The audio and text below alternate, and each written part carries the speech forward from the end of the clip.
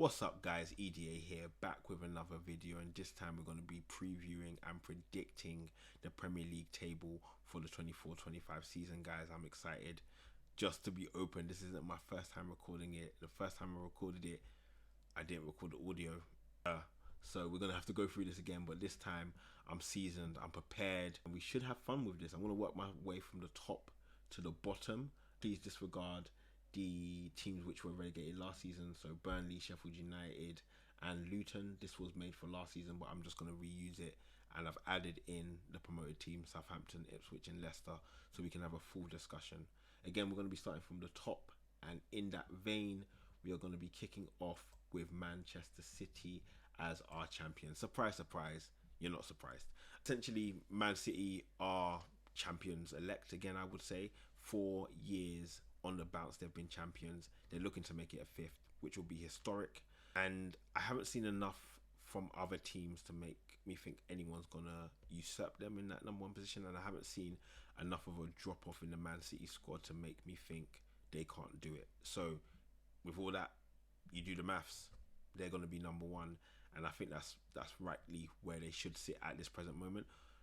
Some key losses within their team, which again, from going into the season, I don't think we were expecting, but the likes of Alvarez moving away from the team, potentially a surprise for many. It was for me.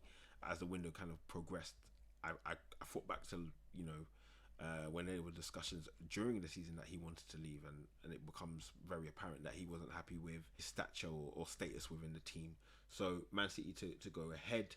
Second place, no surprise here. They've done it for the last 2 seasons, I think, and I hope I'm wrong that they're going to do it again. Arsenal, I don't think, we had a video the other day where we discussed the Arsenal's transfer window.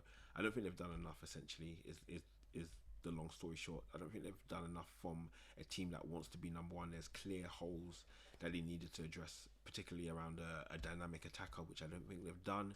They haven't cleared out their squad to the level that they should have to facilitate these moves, and so the concern for a title challenge continues. But I'd love to be proven wrong, and I would love to see Arsenal and Man City battle it out, with Arsenal coming out on top, just being honest with you.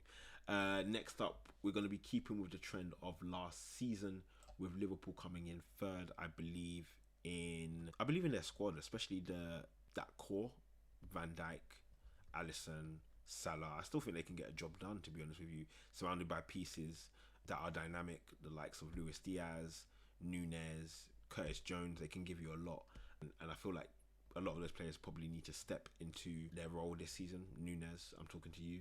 Curtis Jones, I'm talking to you, because I'm a big fan of Curtis Jones and his ability. I think it's time for him to take even more of a leadership role and take the game by the scruff of the neck. I don't see a reason why he shouldn't be pushing to get into the England team. It's opportunity, and it's showing that talent, which I think he has. But I'm going to go Liverpool third. I like that the change that they made with their manager. I think you're going to slot into Liverpool perfectly. Pun intended. Yes, it was awful. Don't complain. So yeah, I have Liverpool staying in third, and the top 3 remaining as it was. Fourth place is where we're going to have some issues, and I pray that the Aston Villa fans don't get too annoyed. I pray that the team that I'm going to be putting there don't get too gassed. I think the element which makes me say Aston Villa aren't going to be in the top 4 again is purely based on the Champions League schedule. I think what we saw with Newcastle is a tale that I'm going to apply to Aston Villa, even though I think that Aston Villa have a stronger squad in depth, so should deal with it better. But I'm going with another team who were, for a period of time, in the fight for 4th place, and a team that I begrudgingly will put them there: Manchester United. I like what they've done in the transfer window. I actually like the strategy of Ineos, the new ownership group. I'm impressed. I'm not going to lie to you.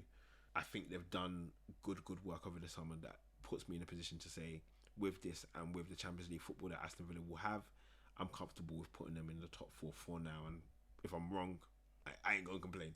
So Aston Villa to go in 5th, just due to the Champions League schedule. In 6th, we are going to go for, this is where the questions will arise. It's between Tottenham, Newcastle and Chelsea. Chelsea are not going that high for me. I'm sorry, I don't have faith in their structure.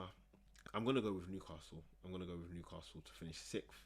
I'm going to go with Tottenham to finish 7th. Newcastle to finish 6th, purely because I trust in them to be a lot more stable during games. I think Tottenham still have that element around them, even with the signing of Solanke, where what are we going to get from you week in, week out? Are you going to be a sieve defensively as you have been? Are you going to concede from set pieces the way you have been?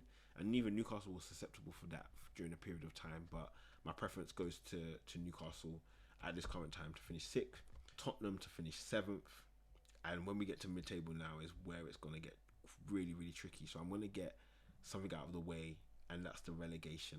And similar to last season, I'm going to say the teams that came up are going to go back down. And the hardest team for me to do this to is Ipswich. Big fan of what they did last season and even the season before with the football that they were playing.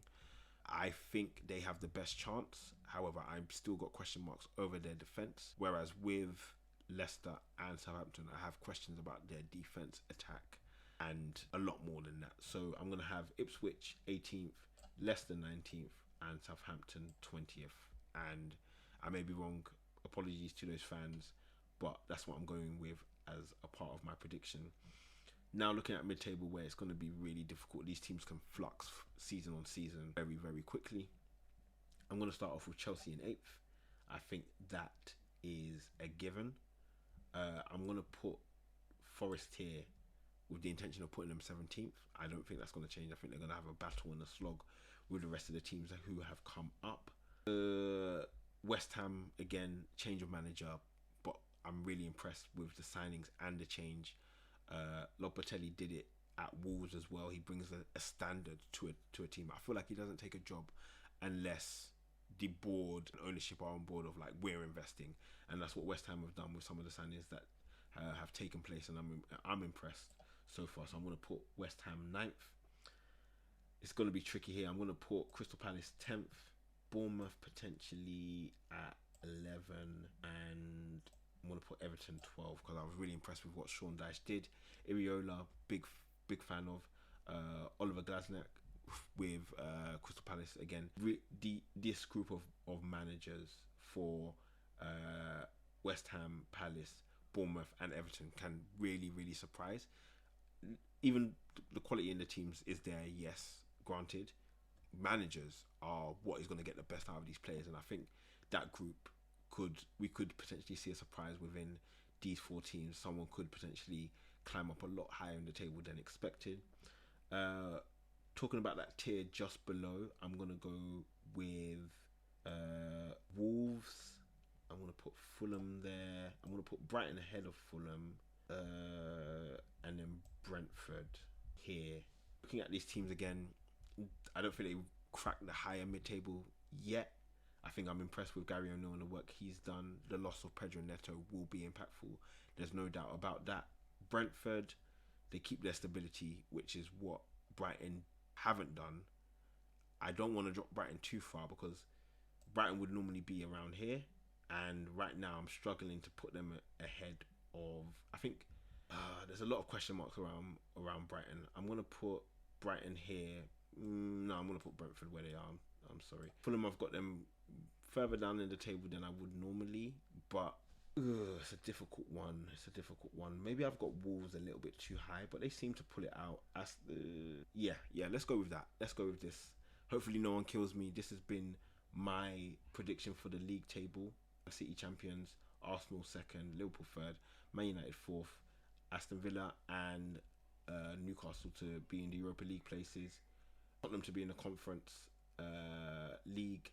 We've got Chelsea, West Ham, Crystal Palace, Bournemouth and Everton making up the mid-table. Higher mid-table and lower mid-table, we have Wolves, Brentford, Brighton, Fulham and Nottingham Forest. And relegated teams will be the teams that are coming up: Ipswich, Leicester and Southampton.